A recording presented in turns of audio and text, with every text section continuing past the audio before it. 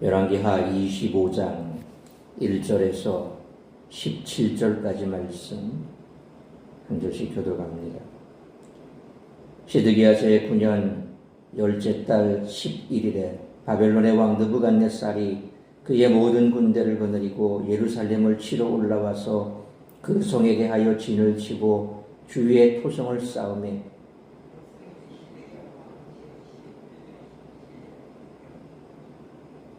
그해 넷째 달 9일에 성중에 기근이 심하여 그 땅 백성의 양식이 떨어졌더라.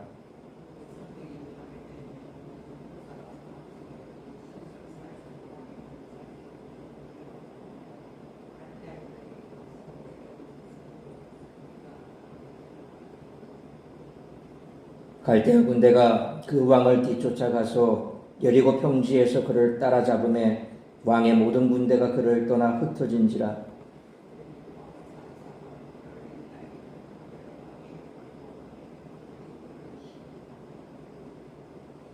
그들의 시드기야의 아들들을 그의 눈앞에서 죽이고 시드기야의 두 눈을 빼고 노사슬로 그를 결박하여 바벨론으로 끌고 갔더라.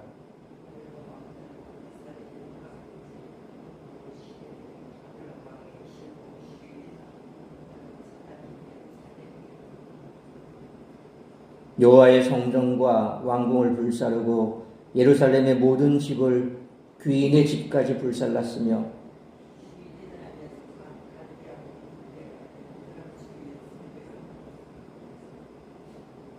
성중에 남아있는 백성과 바벨론 왕에게 항복한 자들과 무리 중 남은 자는 시위대장 느부사라단이 모두 사로잡아가고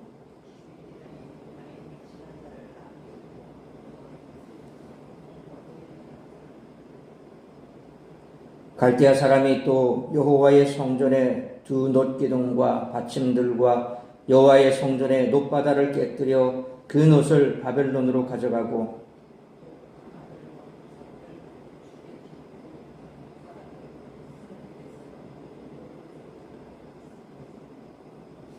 시위대장이 또 불 옮기는 그릇들과 주발들 곧 금으로 만든 것이나 은으로 만든 것이나 모두 가져갔으며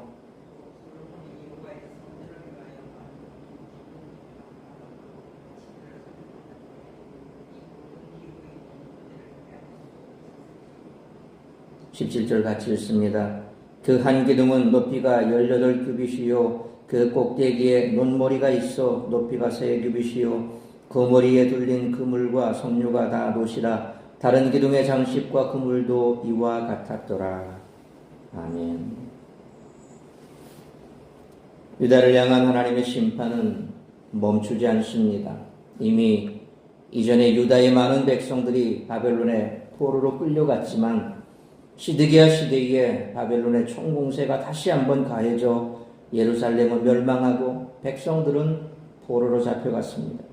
따라서 이와 같은 오늘 본문을 통해 우리들이 얻을 수 있는 교훈은 첫째로 하나님의 명령은 인간의 역사를 관통하는 선명하게 살아있는 말씀이라는 것입니다. 하나님은 아브라함, 모세, 다윗에게 하신 약속을 지키시며 백성들을 땅에 거주시키셨고 솔로몬 시대의 부와 영광에서 볼 수 있듯이 복을 주셨고 이스라엘 백성들이 죄를 범할 때도 참으셨습니다.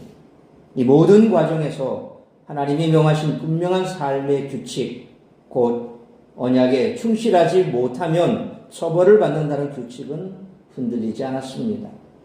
하나님의 말씀은 변함이 없습니다. 우리는 그 말씀을 충실히 따라야 할 줄 믿습니다. 둘째로 우리들이 현재 누리고 있는 것들은 영원하지 않다는 것입니다. 그것이 하나님의 복으로 주어진 재물이든 신앙의 유산이든 우리들이 하나님의 말씀에 불충하면 하나님이 언제든 다시 가져가실 수 있습니다.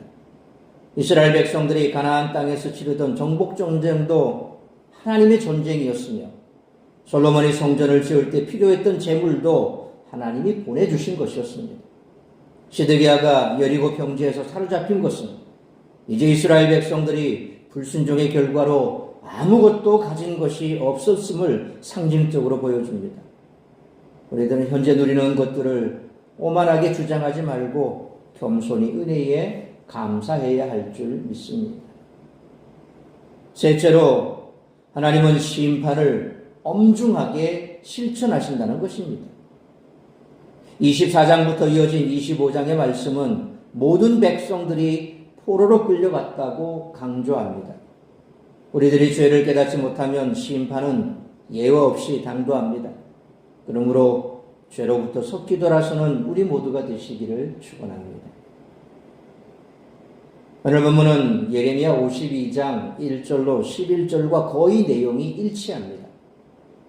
열왕기 저자는 예레미야의 설명에 굳이 자신의 의견을 개입시키지 않고 지금까지 반복해온 진리, 곧 하나님을 떠나 악을 행한 자는 망하게 된다는 사실을 예레미야를 인용함으로써 대신하고 있습니다. 따라서 이와 같은 오늘 본문의 말씀을 통해 우리들이 깨달아야 할 것은 첫째로 1절로 7절 말씀처럼 성도는 온전히 하나님의 말씀에 순종하는 삶을 살아야 한다는 것입니다.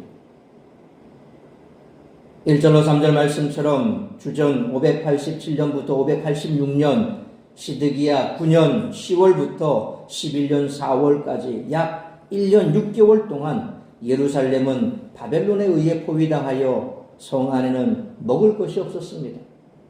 시드기야가 동맹을 맺은 나라들 중 그 누구도 도와주지 않았습니다. 결국 4절로 5절 말씀처럼 예루살렘 성벽이 깨지고 깨진 성벽 사이로 빠져나간 시드기야는 아라바길로 도망했으나 멀리 가지도 못하고 여리고 평지에서 붙잡혔습니다. 하나님은 6절로 7절 말씀처럼 그가 바벨론의 신문을 당하게 하셨을 뿐만 아니라 자기 아들들의 죽음을 보게 하시고 두 눈을 잃은 채 결박되어 바벨론으로 끌려가게 하셨습니다. 하나님은 예레미야를 통해 징벌을 묵묵히 감내하라고 명령하셨습니다. 그러나 시드기야는 그 말씀을 무시하고 자기 깨와 주변 나라들의 도움으로 자기 권세를 키워보려고 했습니다. 그러므로 하나님의 뜻을 구하지 않고 구하더라도 순종하지 않을 때 비참한 결말을 맞게 된다는 사실을 기억하고 하나님의 말씀에 순종하는 삶을 살아가는 우리 모두가 되시기를 축원합니다. 두 번째로 8절로 12절 말씀처럼 하나님만이 진정한 보호자가 되신다는 것입니다.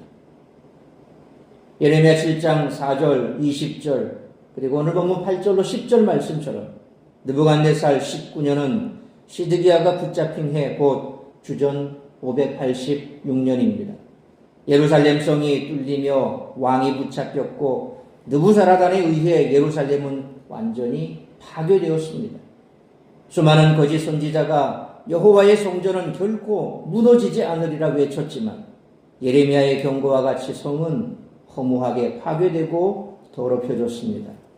11절로 12절 말씀처럼 왕궁과 성전과 귀인들의 집이 모두 불타 사회 지도층이 권위를 잃었고 그 폐허에는 가난한 자들만 남았습니다. 그 누구도 그 어느 것도 하나님의 말씀을 변경할 수 없습니다. 시드기야가 의지한 말은 하나도 이루어지지 않았고 애굽은 어떠한 도움의 손길도 내밀지 않았습니다. 반면 그들이 재앙을 피하도록 예언해 주신 하나님의 말씀이 그대로 이루어지며 예루살렘이 불타고 말았습니다. 예루살렘을 안전하게 보호해 줄 것 같았던 성벽마저 느부사라단에 의해 파괴되어 버렸습니다. 성에 남아있던 백성들이나 항복한 자들은 모두 사로잡혀 갔습니다. 그러므로 하나님보다 다른 것을 더 의지해서는 안 되고 영원한 산성이 되시며 진정한 보호자 되시는 하나님만 의지하며 살아가는 우리 모두가 되시기를 축원합니다. 세 번째로 13절로 17절 말씀처럼 하나님은 변질된 신앙을 무너뜨리시고 신앙의 본질을 회복시키신다는 것입니다.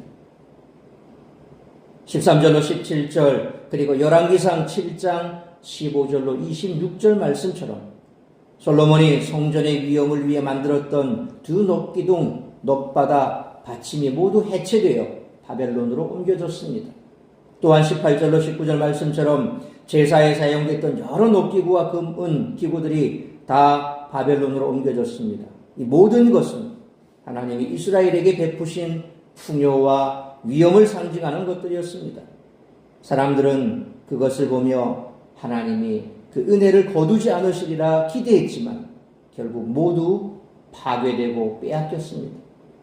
성전은 하나님의 언약 백성들과 만남을 위해 자신의 이름을 두겠다라고 약속하신 곳입니다. 이스라엘과 유다의 신학적 정체성의 근거라고 할 수 있습니다. 그런데 유다 백성들은 언약과 무관하게 살면서도 눈에 보이는 성전이 자신들을 안전하게 지켜줄 것이라고 생각했습니다. 하나님은 열왕기상 9장 3절에 내 이름을 영원히 그곳에 두며 내 눈길과 내 마음이 항상 거기에 있으리니 라는 약속도 주셨지만 그들이 언약을 깨면 성전도 파괴될 수 있음을 열왕기상 9장 6절로 9절에서 이미 경고하셨습니다. 그러므로 하나님은 변질된 신앙을 무너뜨리시고 신앙의 본질을 회복시키시는 분이시므로 교회 출석하는 것으로 만족하지 말고 신앙의 본질이 변질되지 않도록 힘쓰는 우리 모두가 되시기를 축원합니다. 사랑하는 성도 여러분, 올바른 말씀이 선포되고 그 가운데 모인 회중이 주님을 예배하는 장소는 거룩한 예배당입니다. 그렇지 않은 건물은 그냥 콘크리트 덩어리에 불과합니다. 어떤 사람이라도 하나님의 말씀, 복음에서 떠난다면 그저 죄인일 뿐입니다. 오직 하나님의 진리와 복음 전파를 위해 사용될 때만 거룩한 무리, 성도, 거룩한 건물, 거룩한 물건, 성물, 거룩한 장소, 성소가 될 뿐이라는 것입니다. 그러므로 오늘 우리가 모인 이 장소가 과연 거룩한 곳이며 우리의 모임이 거룩한 예배인지를 돌아보고 진리의 말씀에서 떠나지 않으므로 거룩함을 지키며 신앙의 본질이 변질되지 않도록 힘쓰는 우리 모두가 되시기를 주님의 이름으로 축원합니다. 기도하겠습니다. 살아계신 아버지 하나님, 은혜와 사랑을 감사합니다. 오늘도 거룩한 주일, 복된 주일, 말씀으로 예배로 이 하루를 시작하게 하시니 감사합니다. 오늘 우리에게 주신 말씀 우리가 가슴에 새기길 원합니다. 이제 결국 하나님께서 구별하여 세우신 하나님의 백성 이스라엘이 무너졌습니다.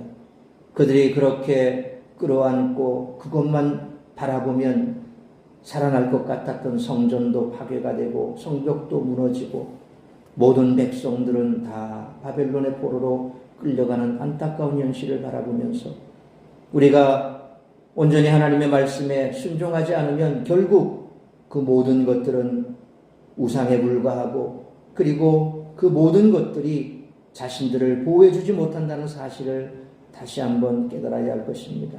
하나님만이 우리의 산성이 되시고 진정한 보호자가 되신다는 사실을 항상 잊지 말아야 할 것입니다. 내가 누리고 있는 것, 내가 지금 가지고 있는 그 모든 것들이 하나님의 은혜로 우리에게 허락하신 줄 믿습니다. 그러므로 늘 감사하며 우리에게 주신 그것을 통하여 하나님의 영광을 위하여 사용될 때에 하나님께서 더 풍성하게 채워주실 것입니다. 그러므로 언제나 이처럼 변질된 신앙을 하나님께서는 다 무너뜨리시고 신앙의 본질을 회복시키기 위하여 거두어 가신다는 사실을 기억하며 우리의 삶 가운데 혹은 우리 교회가 우리의 모임이 하나님이 기뻐하시는 모임이며 기뻐하시는 장소인지를 다시 한번 생각하면서 신앙이 변질되지 않도록 더욱더 애쓰고 힘쓰는 우리 모든 성도들이 되게 하시고 우리 교회가 될 수 있도록 붙들어 주옵소서. 오늘도 이 예배를 시작으로 드려지는 모든 예배 가운데 우리 하나님 은혜를 베풀어 주옵시며 예배를 통하여 우리의 신앙이 회복이 되고 예배를 통하여 우리가 다시 한번 하나님께로 마음을 쏟고 또한 말씀에 귀를 기울이며 본질을 쫓아가는 복된 삶이 될 수 있도록 붙드시고 인도하여 주옵소서. 이 모든 말씀 우리 주 예수 그리스도의 이름으로 기도하옵나이다. 아멘.